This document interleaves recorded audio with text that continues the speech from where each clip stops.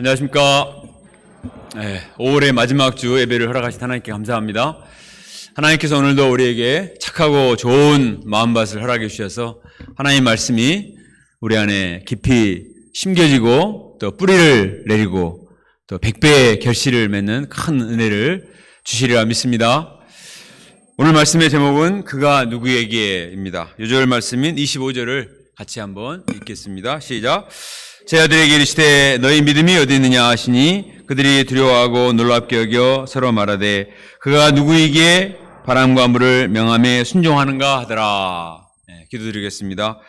거룩하신 하나님 아버지, 허물과 죄로 죽었던 저희들을 심판하지 않으시고 또 내버려 두지 아니하시고 불쌍히 여기시고 예수님을 보내주셔서 우리를 구원해 주셔서 감사합니다. 예수님의 십자가 보배로운 피로써 우리의 허물과 수치와 죄를 다 씻어주시고 가려주시고 우리를 정결케 해주셔서 감사합니다. 또 우리를 의롭다 하시고 하나님의 자녀로 인쳐주셔서 감사합니다. 또한 저희들에게 부활을 통해서 영원한 하나님 나라에 대한 산소망을 허락해 주셔서 감사합니다. 우리가 이 땅에 붙은 소망을 붙들며 살지 아니하고 영원한 하나님 나라를 소망하며 거룩한 나그네 길을 갈 수 있도록 도와주시기를 간절히 기도합니다. 오늘도 저희들이 예배를 통해서 하나님의 말씀을 듣기 원합니다. 주님의 음성을 듣기 원합니다. 들을 귀를 허락해 주시고 또 영적인 눈을 띄워주셔서 하나님의 세계를 볼 수 있는 영안을 열어주시기를 간절히 기도합니다. 예수님의 이름으로 기도합니다. 아멘. 우리가 믿음을 갖는다고 할 때 그 믿음이라고 하는 것은 지극히 개인적이고 또 개별적이고 인격적인 것입니다. 무슨 얘기냐면 믿음이라는 단어를 다 쓰지만 내가 체험한 그 범위 내에서 하나님을 믿고 예수님을 믿습니다. 그런데 우리가 인생을 살면서 내가 하나님을 체험하고 또 말씀을 경험하는 것은 지극히 제한적인 경우가 많습니다. 그래서 우리의 믿음도 상당히 제한되어 있을 경우가 참 많이 있습니다. 그러나 실제로 우리가 믿는 예수님은 내가 생각하는 것만큼 그렇게 제한적이고 작은 분이 아니십니다. 우리가 믿는 하나님은 우리가 생각한 것보다 훨씬 더 크고 훨씬 더 능력이 많으신 분이십니다. 우리 인간의 능력과 또 우리 인간의 상식과 경험을 초월하신 전능하신 하나님이십니다. 그래서 우리가 예수님을 새롭게 만날 때마다 와, 그가 누구에게 야, 주님이 이런 분이셨네. 깜짝 놀라고 감탄하게 되죠. 내가 체험한 사건을 통해서 또 다른 사람의 인생 소감을 들으면 야, 어떻게 저런 일이 있을 수 있을까? 저 사람의 인생에 이런 일을 이루신 하나님이 정말 놀랍구나. 새로운 믿음의 세계에 눈을 뜨게 되고 또 우리의 믿음이 더 강화되고 깊어지고 새로운 차원의 세계에 들어가는 것을 볼 수가 있습니다. 사람은 멀리서 볼 때는 존경스럽고 대단하게 보이지만 가까이 지내보면 실망하게 됩니다. 그래서 야, 저분이 저런 분이었어? 실망스럽네. 또 같이 살다 보면 더 실망하게 됩니다. 장막 생활을 같이 한다거나 결혼해서 살다 보면은 환상이 많이 깨지고 그런 경우가 참 많이 있습니다. 그러나 예수님은 반대입니다. 예수님은 처음에는 초라하게 보았는데 알면 알수록 너무나 놀라운 분이에요. 그래서 사도 바울은 지혜와 지식의 모든 보화가 예수님 안에 감춰져 있다 이렇게 고백을 했습니다. 그래서 우리 신앙생활을 엄밀히 말하면 예수님 안에 숨겨진 지혜와 지식의 보화를 찾는 보물 찾기와 같은 것입니다. 우리가 성경을 읽으면서 또 우리가 신앙생활하면서 예수님 안에 숨겨진 영적인 보화를 캐내고자 하는 그런 기대와 감격을 가지고 말씀을 공부하고 또 기도를 하고 또 신앙생활을 해야 되겠습니다. 오늘 말씀에서도 예수님은 제자들이 전혀 체험해보지 못한 새로운 사실을 가르쳐 주셨습니다. 그것은 도저히 인간이 감내할 수 없는 엄청난 광풍을 말씀 한마디에 잔잔하게 해버리신 그런 자연의 지배자로서의 하나님의 모습을 보여주십니다. 또 사람들이 다 무서워하는 엄청난 이 귀신의 세력을 말씀 한마디에 귀신아 나가라 이렇게 말씀하셔서 그 6,000마리나 되는 떼귀신을 전부 다 쫓아내버리시는 그 영의 세계도 지배하시는 하나님이셨습니다. 사람들과 제자들은 예수님 보고 깜짝 놀랐습니다.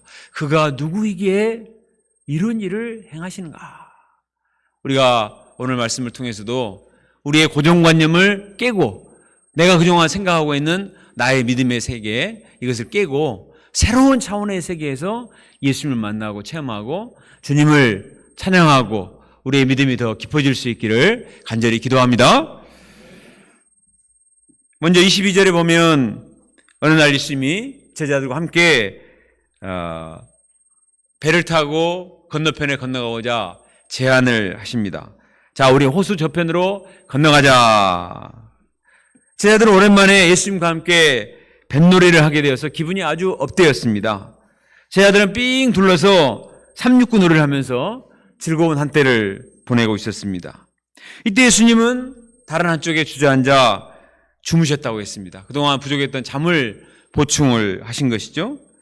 그런데 갑자기 배를 항해하는 순간에 큰 광풍이 일어났습니다. 예기치 않는 일이 발생했는데 그것은 광풍이 뭐죠? 미칠 광자죠. 아주 미친 바람이 일어나서 호수로 내리쳐서 그 바람이 배를 그냥 집어삼킬것처럼 불어 닥쳤습니다. 그래서 바람이 불고 바다의 물이 배에 가득 차서 배가 조금씩 가라앉는 것입니다. 제자들은 대부분 어부 출신들이었기 때문에 풍랑을 이전에도 만난 적이 있었을 것입니다. 그러나 이번에 광풍은 이전에 만났던 광풍과는 비교할 수 없는 엄청난 집채만한 광풍이기 때문에 도저히 자기들의 힘으로는 헤쳐나갈 수 없는 그런 극한 상황이 되었습니다. 물은 계속 들어오고 배는 흔들리고 침몰할 것만 같았습니다. 이러다가는 사랑하는 이제 가족들도 더 이상 보지 못하고 정말 이 바다에 빠져 죽는 것이 아닌가 이런 두려움이 엄습했습니다. 그런데도 예수님은 전혀 아랑곳하지 않고 한쪽에서 주무시고 계십니다. 제자들 예수님을 깨우며 외쳤습니다. 주여 주여 우리가 죽겠나이다. 지금 잠이 오십니까? 배가 침몰해서 다 죽게 생겼는데 지금 잠이 오냐고요? 이렇게 호들갑을 떨었습니다. 그들은 온몸이 바닷물로 흠뻑 적셔 있었고 얼굴은 곧 죽을 것 같은 두려움 때문에 사색이 되어 있었습니다. 우리도 인생의 항해길을 가다 보면 전혀 예기치 못한 이런 광풍을 만날 수가 있습니다. 이거 인간의 한계입니다. 인간은 한 치 앞을 내다볼 수가 없는 피조물에 불과하기 때문에 언제 무슨 일이 일어날지 알 수가 없습니다. 광풍은 순간에 불어닥칩니다. 갑자기 교통사고를 당하기도 합니다. 그리고 몹쓸병에 걸리기도 하고 또 사랑하는 가족들이 암과 같은 그런 판정을 받아서 우리를 두렵게 하기도 하죠. 사랑하는 자녀들에게 문제가 생길 때 부모들은 혹시나 잘못되지 않을까 너무나 걱정이 되어서 노심초사하게 됩니다. 우크라이나 전쟁과 같은 이 국가적인 광풍이 갑자기 불어 닥치기도 합니다. 경제적인 시련으로 인해서 생계 위협을 받는 그런 경우도 있습니다. 또 주변 사람들과 인간 갈등으로 말미암아서 정말 너무나 상처를 받고 또 잠을 자지 못하고 고민하는 경우도 인생을 살다 보면은 많이 만나지 않습니까? 우리는 인생을 살면서 할 수 있으면 순풍에 돛을 닿는 것처럼 광풍이 없이 그냥 순탄하게 내 인생의 항해를 하고 안전하게 내가 바라는 목표지에 도달하기를 다 바랍니다. 그것이 우리의 기대요 꿈이죠. 그러나 인생의 바다에는 끊임없이 크고 작은 광풍이 불어닥칩니다. 국가적인 광풍, 또 지역적인, 경제적인, 또 가족적인, 때로는 교회적인 또 여러 가지 면의 광풍이 불어닥칩니다. 우리는 이때 제자들처럼 무섭고 두려워 떨 수밖에 없습니다. 이러다가 망하는 거 아닌가? 이거 죽는 거 아닌가? 이거 끝장이지 않는가? 이런 두려움 때문에 그냥 너무나 공포에 시달릴 때도 얼마나 많이 있습니까? 그런데 예수님은 이런 상황에 어떻게 하셨습니까? 제자들도 배를 타고 있고 예수님도 똑같은 배에 타고 계시는데 이 광풍을 맞이하는 제자들의 반응과 예수님의 반응이 다르게 나타납니다. 예수님의 몸도 몰아치는 광풍으로 말미암아 파도로 흠뻑 젖어 있었을 것입니다. 그러나 예수님은 제자들처럼 두려워서 호들갑을 떨지를 않으셨습니다. 24절 하반절을 함께 읽어볼까요? 24절 하반절 예수님이 어떻게 하셨는가? 시작. 예수께서 잠을 깨사 바람과 물결을 꾸짖으시니 이에 그쳐 잔잔하여 지더라.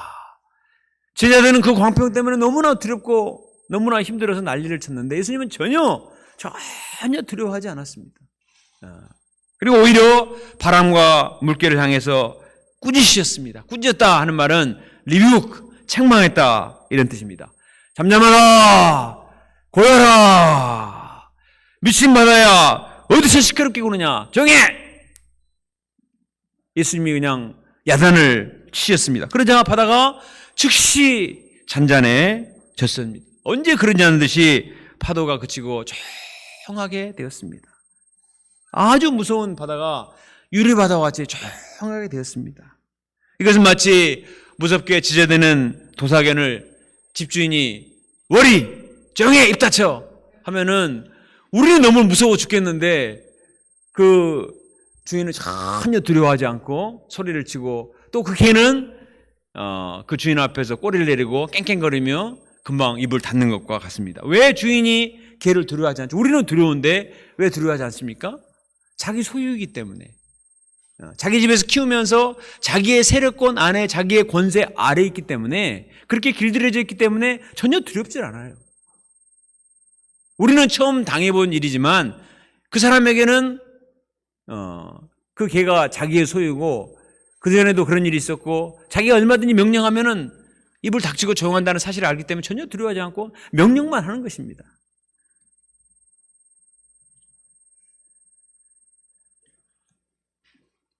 광풍도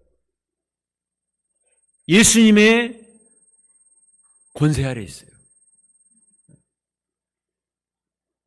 아무리 몰아치는 무서운 광풍도 우리에게는 너무나 버겁지만 예수님에게는 전혀 버거울 대상이 아닙니다. 왜냐하면 예수님의 세력권 안에 있기 때문에 전혀 두려운 대상이 아닙니다.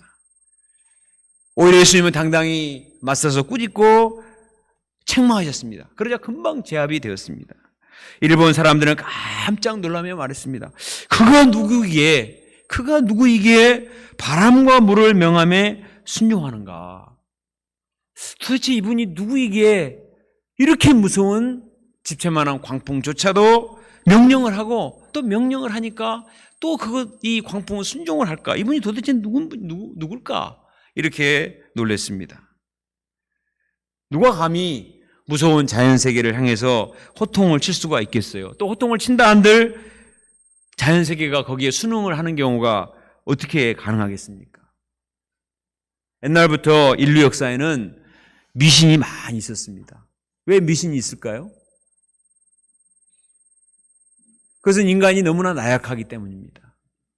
특히 자연의 세계는 너무나 무섭고 거대하고 이 무서운 자연의 재앙과 많은 재난들 앞에 인간은 너무나 나약하다는 사실을 알기 때문에 이것을 극복하기 위해서 만든 게 미신입니다. 그리고 우상이에요. 그거라도 만들고 그것을 향해서 절이라도 해야 마음이 안심이 되고 그리고 그것을 신앙화시켜가지고 도움을 받고자 했습니다. 그래서 인류 역사에 보면은 항상 미신이 있고 어디를 가든 자기 나름대로의 종교를 가지고 있어요. 문제는 허상이라는 거예요. 그게 살아있는 하나님이 아니고 인간의 바람을 투사한 기대의 대상이지 정말 살아있는 대상은 살아있는 신은 아닙니다. 그럴지라도 그걸 믿고 부적이라도 만들어 붙여야 마음의 안심을 하는 게 인간이죠. 그러나 예수님은 살아계신 하나님이십니다. 자연의 세계를 향해서 명령을 내리시고 순종을 시킬 수 있는 살아계신 창조주 하나님이신 줄로 믿습니다. 창세기 1장의 9절을 보면은 하나님이 천지를 창조하시면서 천하의 물이 한 곳으로 모이고 묻이 드러나라 이렇게 말씀하셨습니다. 물이 한 곳에 모이고 물이 흙과 다 섞여 있었기 때문에 육지와 바다를 구분하시면서 묻힌 다 드러나고 바다는 한 곳에 가서 모여있으라 명령을 하셨어요. 창세기 1장 9절에 그 뒤에 뭐가 따라붙죠? 그대로 되니라. 하나님이 가라사대 천하의 물이 한 곳으로 모이고 묻이 드러나라 하심에 그대로 되니라. 하나님이 명령하셨고 피조물은 그대로 순종을 했습니다. 이게 창조주 하나님과 피조물의 관계예요. 예수님이 어떤 분이십니까? 그가 누구이기에 사람들이 물었는데 예수님이 어떤 분이에요? 예수님은 태초에 창조주 하나님과 함께 창조 사역에 동참하셨던 삼위일체 하나님이십니다. 천하의 물이 한 곳으로 모이고 묻이 드러나라 명령하실 때 예수님도 함께 명령을 하셨어요. 그 자리에서. 그때 바다와 물이 순종을 했습니다. 그 예수님께서 지금 명령을 하시는 거예요. 지금 하나님의 종들이 전도하러 가고 있는데 분위기 파악 못하고 이 물결이 막 광풍이 불어서 난리를 치고 있으니까 조용히 해라! 잠잠해라! 지금은 때가 아니다! 명령을 하니까 순종을 한 것입니다. 우리가 명령을 해서는 어떻게 할 수 없지만 그것을 본래 창조하신 창조주 하나님은 창조주 하나님의 권세를 가지고 명령을 내릴 수가 있고 또 피조물은 순종을 하는 것입니다. 사람들은 너무나 놀라서 말했습니다. 그가 누구이기에 바람과 바다를 순종케 하는가? 그러나 그것은 예수님이 어떤 분인지 모르기 때문에 이렇게 말하는 거예요. 예수님은 본래 그런 분입니다. 본래 예수님은 천지를 창조하시고 세상 만물을 주관하신 전능하신 하나님이신데 그동안 그 예수님을 잘 몰랐기 때문에 사람들이 놀란 것입니다. 예수님은 천지를 창조하신 거룩하신 창조자 하나님이시지만 우리 인생들을 구원하시기 위해서 육신을 입고 이 땅에 오셨습니다. 그러나 본체는 하나님과 동등하신 분이세요. 그래서 하나님께서 예수님께서는 우리와 동고동락하시기 위해서 인간의 모습을 가지고 사역하시지만 때로는 신성을 나타내 보이셨어요. 귀신을 쫓아내실 때 또 문제가 생길 때 문제를 해결하기 위해서 죽은 자를 살릴 때 이때는 인간이 할 수 없는 초월적인 능력을 발휘하셔서 예수님 안에 있는 그 초월적인 신성, 하나님의 능력을 나타내 보여주셨습니다.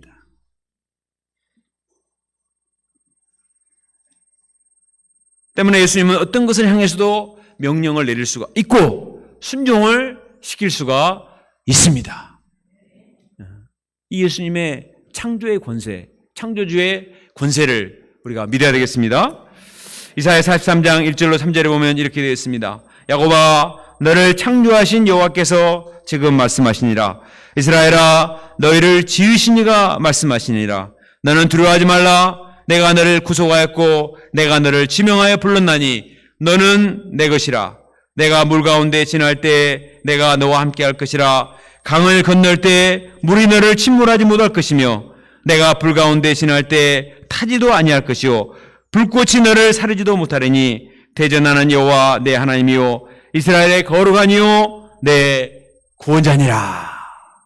저는 힘든 어려운 문제를 만날 때마다 이 말씀을 묵상하며 은혜를 받습니다.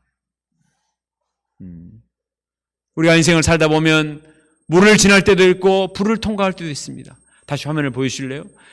그러나 우리가 물을 지날 때도 우리가 침몰하지 않고 심지어는 불길을 통과하는데도 그 불길이 우리를 태울 수가 없습니다.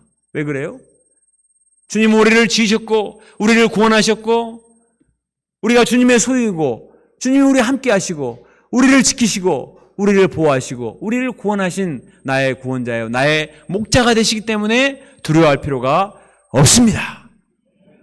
나 혼자만 내 인생이 불 가운데 물 가운데 던져졌다면 당연히 두려워하겠죠.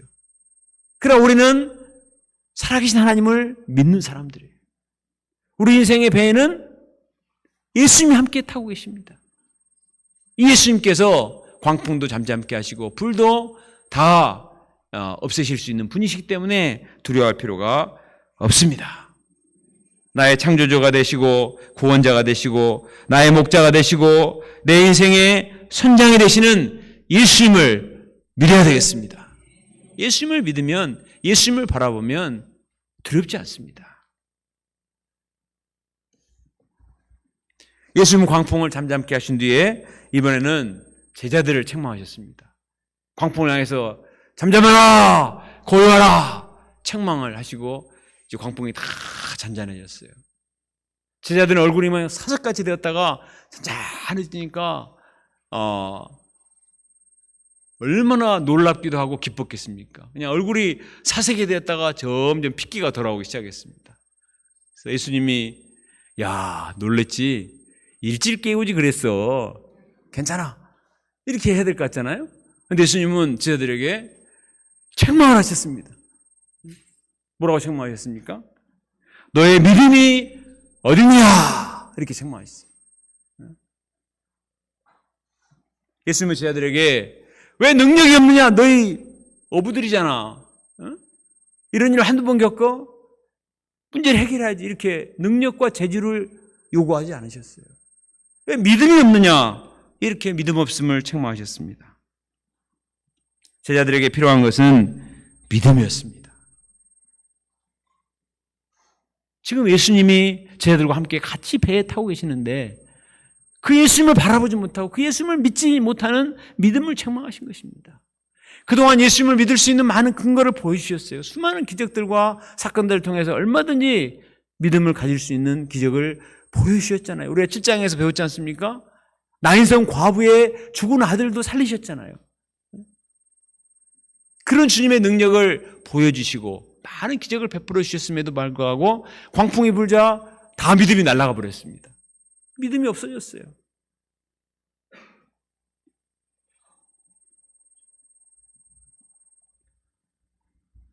그들이 예수님을 안 믿는 건 아니지만 그러나 그들의 믿음이 굉장히 제한적이었습니다. 그동안 병을 고쳐주신 예수님, 죄를 사해주신 예수님, 죽은 자까지 살려주신 예수님, 그 예수님은 체험을 하고 기억 속에 있을 수 있어요. 그러나 자연의 세계까지도 어거하실 분이실까? 거기에 대해서는 아직 믿음이 없었던 거죠. 그러나 이 사건을 통해서 예수님은 자연 세계까지도 주관하시고 순종시키시는 창조주 하나님을 보여주셨습니다. 그 예수님을 믿으라는 것입니다. 사도행전 27장에 보면 사도 바울이 죄수의 몸으로 배를 타고 로마를 향해서 가다가 유라굴로라는 큰 광풍을 만납니다. 무려 14일 동안 해도 보이지 않고 달도 보이지 않고 완전히 칠흑 같은 밤속에서 생각해 보세요. 한 2주 동안을 캄캄한 밤에서 밤바다에서 계속 파도 치고 몰아칠 때 얼마나 무섭겠습니까? 사람들이 너무너무 무서워가지고 완전히 망연자실했습니다. 2주일 동안 아무것도 안 먹었으니까 얼마나 배가 고팠을 거예요. 살아남으려면 음식을 먹어야 되는데 구원의 여망이 없기 때문에 살아날 가능성이 없다고 생각하고 먹을 생각도 하지 않고 완전히 사람들이 다 넋을 잃고 아무것도 안 하고 그냥 그렇게 있는 거예요. 선장도 또 군인들도 아무런 조치를 하지 못하고 있었습니다. 이때 바울이 일어났습니다. 그리고 말했습니다. 여러분이요 안심하라. 어젯밤에 하나님께서 나에게 말씀하시기를 너희가 가이사 앞에 서야 하리라 말씀하신 이 하나님을 나는 믿노라. 걱정 마세요. 빨리 음식을 먹고 정신을 차리시라고. 마침내 시간이 조금 지나자 광풍은 다 그치고 한 사람도 죽은 사람이 없이 전부 다 멜리데 섬에 안전하게 정박을 하게 되었습니다. 인생의 광풍의 때에 믿음이 없는 사람들은 두려워 떨고 절망할 수밖에 없어요. 그러나 사도 바울과 같이 하나님을 믿는 사람은 두려워하지 않습니다. 두려워하실 뿐만 아니라 다른 사람도 안심시키고 확신을 줄 수 있는 믿음의 사람이 될 수가 있습니다. 우리가 인생의 광풍의 때 광풍만 바라보지 말고 나와 함께 하시는 예수님을 바라봐야 되겠습니다. 예수님을 믿고 말씀을 붙들고 믿음으로 살면 반드시 어려움을 극복할 수가 있습니다. 나는 광풍을 어떻게 할 수 없지만 그러나 예수님은 광풍을 잠잠케 하실 수가 있습니다. 어떤 무서운 광풍도 예수님의 권세 아래 있기 때문에 두려워할 필요가 없어요. 아이러니하게도 정말 우리가 살아계신 하나님을 체험할 때는 순풍의 때가 아니라 광풍의 때입니다. 우리는 광풍이 없이 그냥 순적하게 살기를 원하지 않습니까? 그러나 그때 몸이 편할지 모르지만 정말 살아계신 하나님을 체험하기는 어려워. 그러나 인생의 광풍을 통해서 기도를 하고 믿음을 체험한 사람은 정말 살아있는 믿음을 체험할 수가 있습니다.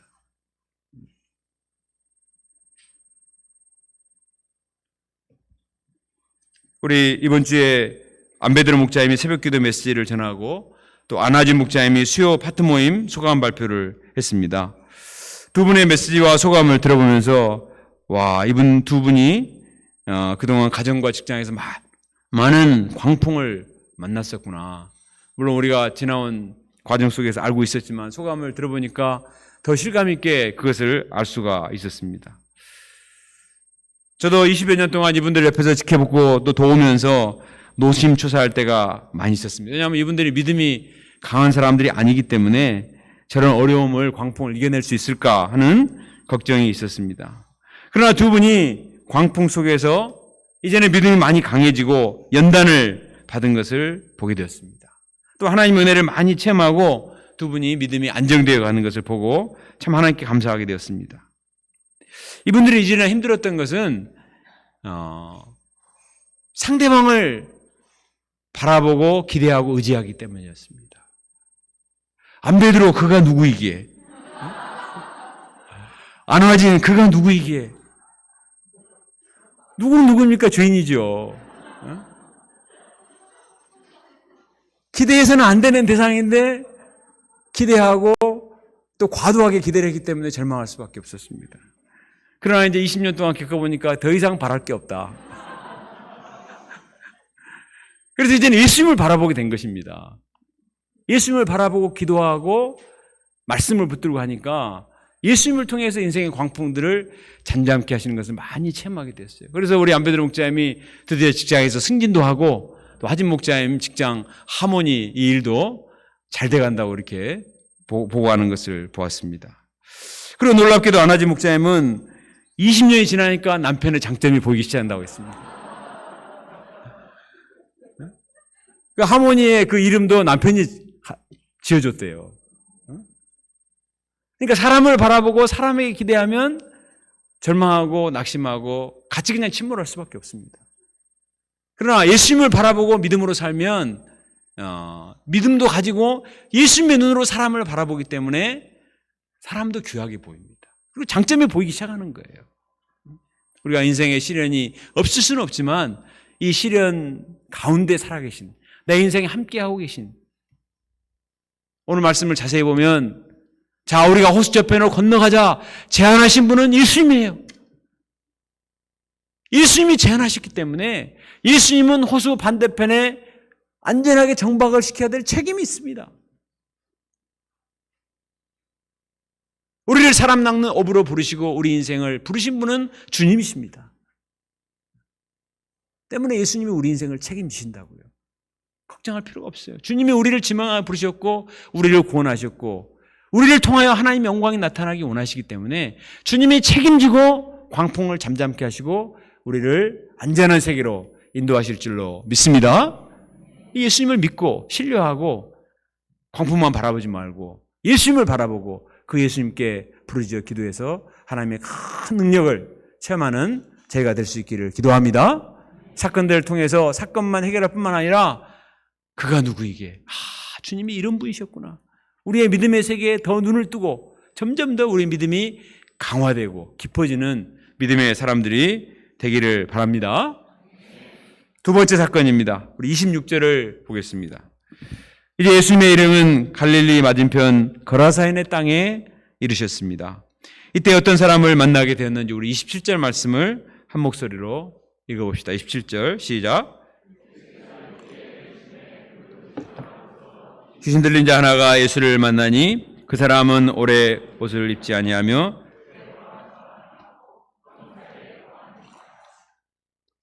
보통 사람은 다 단정하게 옷을 입고 삽니다. 그리고 자기 집에 살죠. 사랑하는 가족들과 오손도손 자기 삶의 보금자리인 집에 살기를 원합니다. 그런데 이 사람은 옷을 입지 않았습니다. 집에 살질 않아요. 사람들이 다 가기 싫어하는 무덤에 거하고 있습니다. 왜 그렇습니까? 제정신이 아닌 거예요. 제정신이라면 이렇게 할 수가 없죠. 본문은 귀신에 들렸기 때문에 이렇게 되었다고 말을 하고 있습니다. 이 사람이 왜 귀신에 들렸을까? 이것은 우리가 알 수가 없습니다. 가정 분화로 인한 상처가 이 사람을 분노케 해서 귀신에 들렸는지 모르겠습니다. 학교 폭력에 시달리다가 그 복수심 때문에 귀신이 들어와서 이 사람을 사로잡았을 수도 있을 것 같아요. 집안에 틀에 박혀 폭력과 음란물을 너무 많이 보다가 귀신에게 사로잡혔을 수도 있겠죠. 최근에 미국에서 뉴스에 많이 보셨겠지만 집단 총격 사건으로 많은 사람들이 죽어가고 있습니다. 며칠 전에 일어난 텍사스의 총격 사건 때는 이 학생이 먼저 자기 할머니를 쐈어요. 참 어떻게 그런 일이, 자기 집에 같이 살고 있는 할머니를 쏘고 학교에 들어가서 한 반의 학생들을 그냥 전부 다 쏴서 19명이 죽고 선생님 2명이 죽고 하는 엄청난 사건이 발생을 해서 지금 큰 아주 공포에 휩싸여 있습니다. 그리고 이번 사건만이 아니라 계속 그런 일이 일어나요. 그런데 요즘 사건들을 보면 이 범인들이 먼저 자기가 그런 일을 하겠다고 SNS에 올립니다. 그리고 자기가 사용할 무기도 찍어서 올려요. 그리고 어떤 사람은 자기가 총격 사건을 하는 것을 머리에다가 카메라를 장착해가지고 현장 중계를 해요. 와, 어떻게 이렇게 할 수가 있습니까? 자기 할 일을 미리 밝히고 또 총기도 다 공개를 하고 범행 현장을 다른 사람이 아니라 자기가 현장 중계를 합니다. 그리고 그러면서 자기를 영웅시하고 그리고 그냥 자폭하는 거예요. 어떻게 정상적인 사람이 이렇게 할 수가 있습니까? 마귀가 이 사람을 이렇게 하는 거예요. 우리나라도 마찬가지입니다. 우리나라도 갈수록 사람으로서는 할 수 없는 너무나 정말 입에 담을 수 없는 이런 범죄들이 많이 일어나요. 그리고 현장 검증을 할 때 대부분의 사람들이 양심의 가책을 느끼고 고개를 숙이고 그렇게 해야 되는데 오히려 고개를 빳빳이 숙이고 양심의 가책을 전혀 느끼지 않고 미소를 짓기까지 하는 이런 일들이 많이 보고 참 놀라지 않습니까? 이것은 이미 인간의 길을 거부하고 인간의 양심이 마비되고 그 마음에 무엇이 있을까 의심스러운 그런 현상들이 갈수록 많아지고 심해지고 있습니다. 귀신이 그 사람의 영을 지배하고 조종하고 있는 것이죠. 더럽고 음산한 곳에 병균이 득실거리듯이 그 사람의 생활이 폭력적이고 음란하고 악하고 하면은 그것이 쌓여서 그곳에 귀신이 들어와서 그 사람을 사로잡아 버리는 것입니다. 우리가 살고 있는 오늘날 세상은 귀신이 활동하기에 너무나 좋은 환경이 만들어져 가고 있습니다. 사람들이 돈만 되면 별의별 것들을 다 만들기 때문에 한번 생각을 하면 좋을 것 같아요. 이런 것들을 자기 자식들이 보면 어떻게 될까 생각을 하고 해야 되는데 전혀 생각이 없어요. 그냥 자기가 당장 돈만 벌 수 있으면 뭐든지 해가지고 이런 환경을 만들기 때문에 점점 더 세상이 악하고 더럽고 음란하고 이렇게 폭력적이 되어갑니다. 멀쩡한 사람도 너무 많은 미디어를 가까이 하면 악한 영에 잡힐 수밖에 없는 이런 환경이 점점 돼가고 있어요. 그래서 범인을 잡아놓고 보면 주변 사람들이 그렇게 말하잖아요. 전혀 몰랐다. 그럴 나이가 아니다. 우리 나이는 그런 애가 아니다. 주변의 학생들과 친구들과 이웃 사람들도 전혀 그런 모습이 아니었다고 말합니다. 그러나 그 사람의 영은 이미 자기도 모르는 사이에 귀신에 잡혀서 귀신의 조정을 받아서 이런 악한 귀신의 종이 되어버린 것입니다. 29절 하반절에 보면 귀신이 가끔 그 사람을 붙잡음으로 그를 쇠사슬과 고랑에 묶어두었다고 했습니다.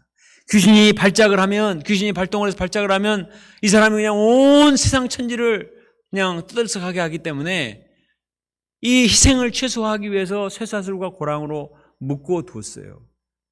그런데도 얼마나 괴력을 발휘하는지 이 사람이 발작을 해서 쇠사슬과 고랑도 다 끊어버리고 막 광야로 뛰쳐나갔습니다. 어느새 이 사람은 그 지역의 공포의 대상이 되었습니다. 그렇지만 누구도, 가족들도 주변 사람들도 아무도 손을 쓸 수 없는 속수무책의 대상이 되었습니다. 앞에 우리가 살펴본 광풍도 무섭습니다. 그러나 광풍보다 더 무서운 게 귀신이에요.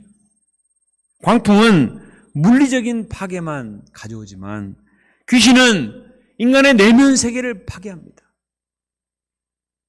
광풍은 눈에 보이는 현상을 나타내기 때문에 대비하려고 노력도 하지만 귀신의 세력은 눈에 보이지 않는 가운데 역사에서 수많은 사람을 파멸을 시키기 때문에 더 무섭고 심각한 문제인 것입니다.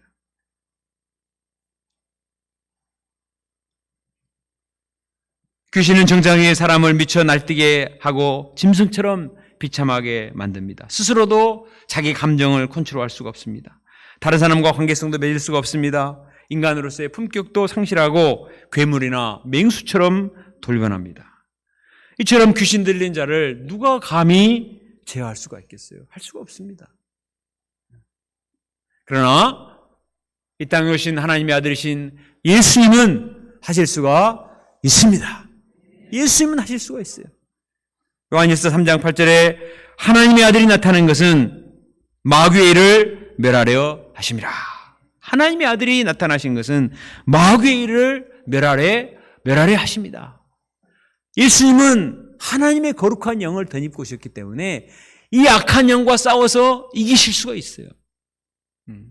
아무리 대단한 과학기술과 무기와 의학을 발달시켜도 인간의 정신세계와 영적 세계를 해결할 수는 없지만 예수님은 하실 수가 있습니다. 29절 상반절을 봅시다. 예수께서 이미 더러운 귀신을 명하여 그 사람에게서 나오라 하셨습니다. 말씀하셨습니다. 예수님은 가라사 광인을 사로잡고 있는 귀신을 향해서 명령하셨습니다. 더러운 귀신아, 그 사람에게서 나와라. 다른 사람들은 이 거라사 광인 자체를 미워하고 이 사람 자체를 묶어두고 이 사람 자체를 구금을 시켰어요. 그러나 진짜 문제는 이 사람 자체가 아니라 이 사람 안에 있는 귀신이에요. 사람들은 그 사람 안에 있는 귀신을 분별할 수도 없고 쫓아낼 수도 없습니다. 그러나 예수님은 이 사람이 아니라 이 사람 안에 있는 귀신을 향해서 외치셨어요. 더러운 귀신아, 그 사람에게서 나오라! 이 악하고 더러운 귀신아, 썩 나가라! 이렇게 외치셨습니다. 예수님은 가라사 광인에 있는 더러운 귀신과 싸우셨습니다. 어느 누구도 감히 이 사람 안에 있는 귀신과 싸워 줄 수도 없고 엄두도 못 내고 무서워서 다 도망가 버렸어요.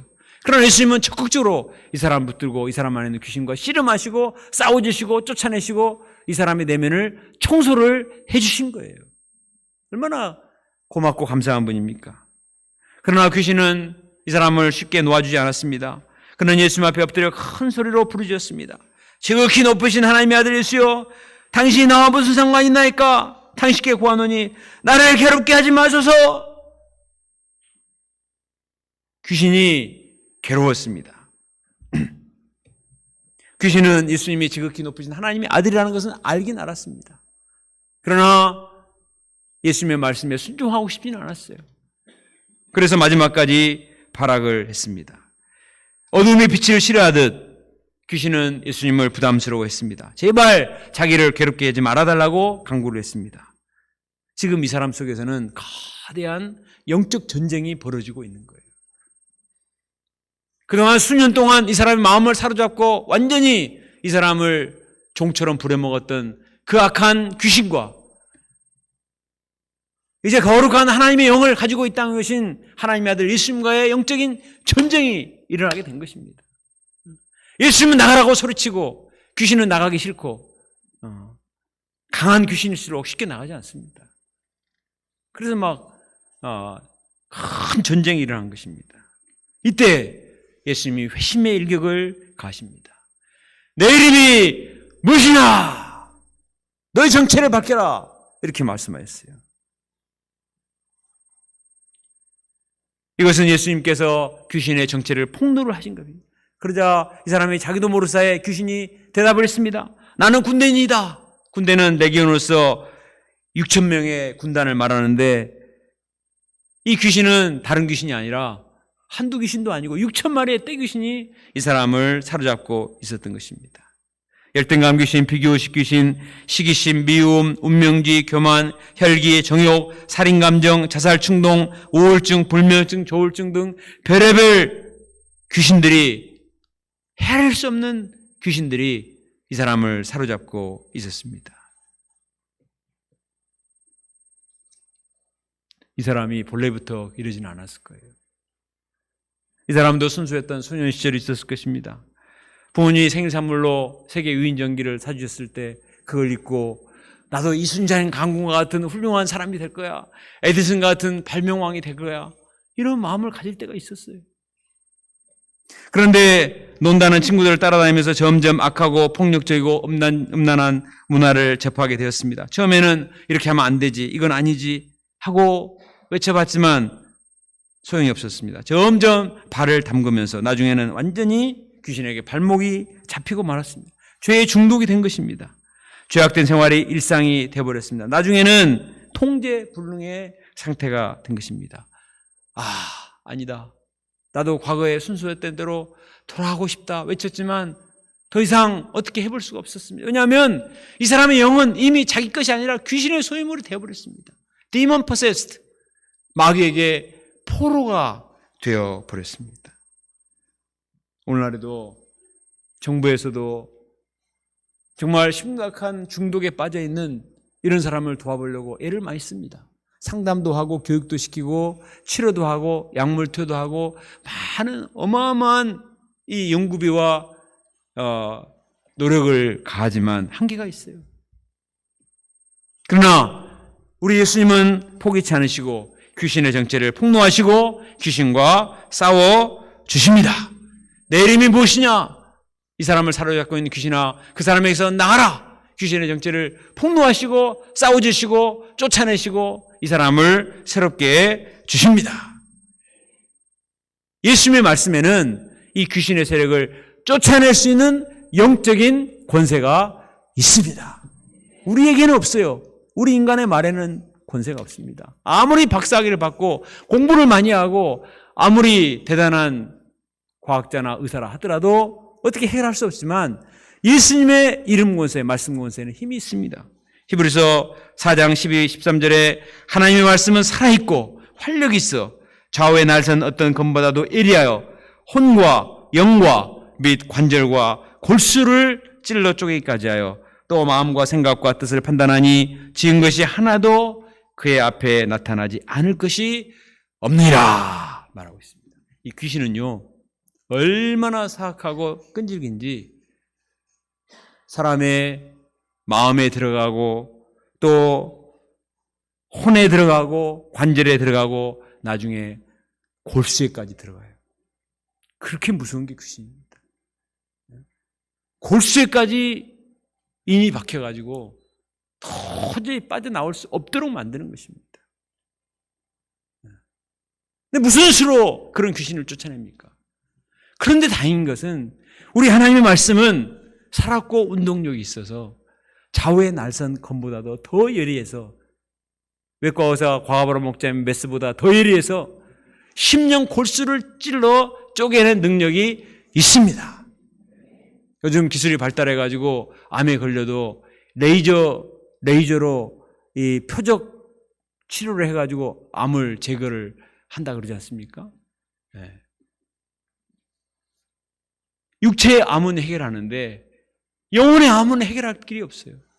그러나 하나님 말씀은 아무리 깊숙이 침투되어 있는 영적인 암과 같은 약한 귀신의 세력도 다 쫓아내고 다 표적 치료를 하고 다 깨끗게 하고 새롭게 하는 놀라운 능력이 있는 줄로 믿습니다. 왜 이게 가능하냐? 제가 아까 이 광풍도 왜 예수님이 잠잠케 하실 수 있는가? 예수님이 창조주 하나님이 되셔가지고 바다와 물을 창조하신 분이기 때문에 그것을 향해 명령을 하실 수가 있어요. 창세기 1, 2장에 보면 인간을 만드신 분이 하나님이십니다. 흙으로 사람을 만드사 하나님의 형상을 따라 빚으시고 생명을 불어넣어서 생명이 되게 하셨어요. 예수님은 인간의 육체와 영혼을 창조하신 원작자가 되세요. 예수님은 창조자 하나님으로서 우리 인간의 육체와 영혼의 모든 개놈 지도를 갖고 계신 분이십니다. 설계도를 갖고 계신 분이에요. 그래서 어디가 잘못됐고 어디를 치료해야 되고 어디를 새롭게 해야 되는가를 알고 계시고 해결책을 갖고 계십니다. 그리고 그것이 바로 주님의 말씀 안에 있는 것입니다. 그래서 이 말씀이 선포되면 태초의 말씀 한마디로 무에서 유가 창조된 것처럼 이 주님의 창조의 능력이 임하면 약하고 더럽고 엄난한 모든 세력들이 다 쫓겨나고 새롭게 될 수 있음을 믿습니다. 그걸 어디서 볼 수 있습니까? 여름수양에 오세요. 제가 거짓말하는 게 아닙니다. 우리가 여름수양에 가면은 많은 분들이 자기가 얼마나 악한 죄의 세력에 자기도 원치 않게 중독이 되어서 사로잡혔지만 말씀의 능력으로 치유됐는가를 간증하는 것을 많이 볼 수 있습니다. 특별히 우리 1학년들, 양님들은 배문성 형제님 꼭 오세요. 일경현 형제님 꼭 오세요. 오늘 다 등록 받으시기 바랍니다. 다 고개 끄덕끄덕 했거든요. 어디서 해결합니까? 안 돼요. 안 됩니다. 주님의 말씀만이 해결할 수 있음을 믿습니다. 31절에 보면 이 귀신이 더 이상 이 사람에게는 있을 수 없다는 걸 알았어요. 나가야 되는데 무적행으로 나가지 말게 해주세요. 지옥으로 가지 말게 해주시고 돼지에게로 하게 해달라고 부탁을 했습니다. 빌었어요. 예수님이 허락을 하셨습니다. 허락하자 귀신이 돼지에게로 갔어요. 여기서 우리는 중요한 사실을 알아요. 귀신이 예수님의 허락 없이는 이사도 못 가. 자기가 가고 싶어도 예수님의 허락이 아니고는 움직일 수가 없어요. 예수님이 허락하시자 귀신이 돼지에게 들어가서 돼지떼가 비탈에 내리달아서 물속에 빠져서 죽었습니다. 그래서 이 사람은 온전케 되었습니다. 얼마나 놀랍습니까? 이 사람이 옷을 입고 정신이 온전하여서 예수님 앞 발 앞에 다 앉아있습니다. 사람들이 두려워했다고 2번이나 기록되어 있습니다. 그가 누구이게? 우리가 도저히 해결할 수 없었던 이 사람의 귀신의 문제. 이분이 어떤 분이기에 이런 6,000마리의 떼귀신이 들린 이 사람도 온전케 할 수 있을까?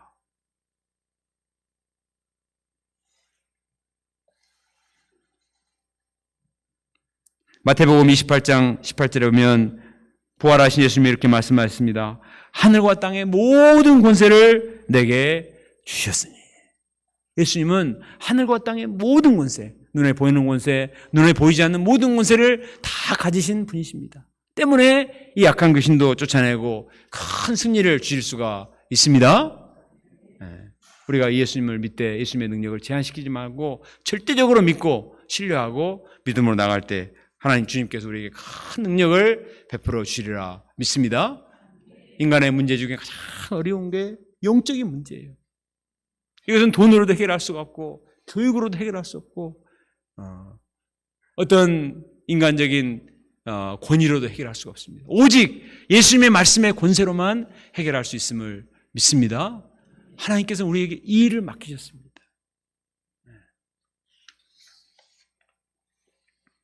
결론적으로 우리가 믿는 예수님은 어떤 분이십니까? 우리가 믿는 예수님은 자연의 세계도 지배하시는 분이시고 영적인 세계도 컨트롤하시는 전능하신 하나님이십니다.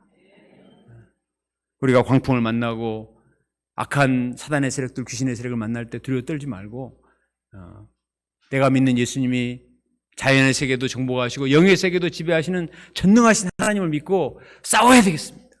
예수님의 권세를 믿고 싸워야 돼요. 영적인 싸움을 싸워야 됩니다. 그러면 주님께서 우리에게 큰 승리를 주시고 주님의 전능하심을 나타내시리라 믿습니다.